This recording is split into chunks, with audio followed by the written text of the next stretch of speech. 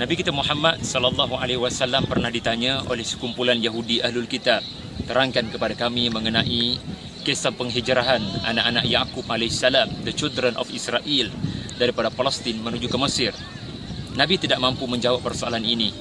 Nabi tidak ada pengetahuan mengenai peristiwa yang sudah ribuan tahun berlaku ini. Maka Allah menurunkan surah Yusuf memberitahu dengan begitu detail dan terperinci apa yang berlaku kepada Nabi Allah Yusuf dan anak-anak Yaqub ini. Syekh Qutb rahimahullah dalam fi Zilalil Quran mengatakan Allah menerangkan surah Yusuf dengan 114 ayat dengan penuh dialog-dialog dirakamkan. Dan beliau mengatakan ia mengandungi gerakan emosi yang sangat dahsyat kerana ia berbentuk dialog dan bukan dalam bentuk ayat-ayat naratif.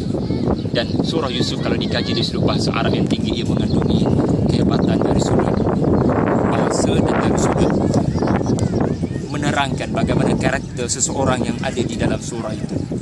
Dan barang siapa yang membaca surah Yusuf, Allah akan memberikan kepadanya ketenangan daripada sebarang keresahan. Inilah ungkapan daripada Ibnu Mas'ud rahimahullah.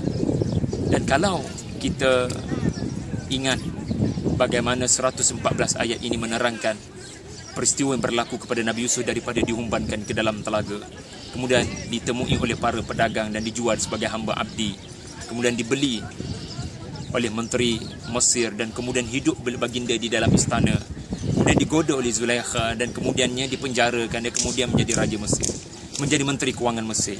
Ini semua adalah suatu tanda-tanda bagaimana Allah mengatur perjalanan hamba-Nya walaupun pada awalnya dengan kegelapan, dengan kesempitan, di dalam telaga, di dalam penjara, namun akhirnya Allah memberikan kebahagiaan, Allah memberikan kemenangan kepada Nabi Yusuf. Dan sebenarnya untuk menjawab persoalan Yahudi, ia cukup dengan 5 ayat sahaja. Ia cukup dengan 5 ayat sahaja diterangkan bagaimana Nabi Yusuf daripada diumban ke dalam telaga dan menjadi menteri kewangan Mesir.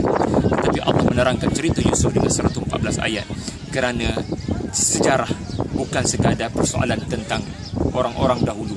Sejarah adalah persoalan mengenai kita, masalah kita dan bagaimana kita mahu dan mampu menyelesaikan masalah kita dengan pedoman daripada Tuhan, pedoman daripada Al-Quran.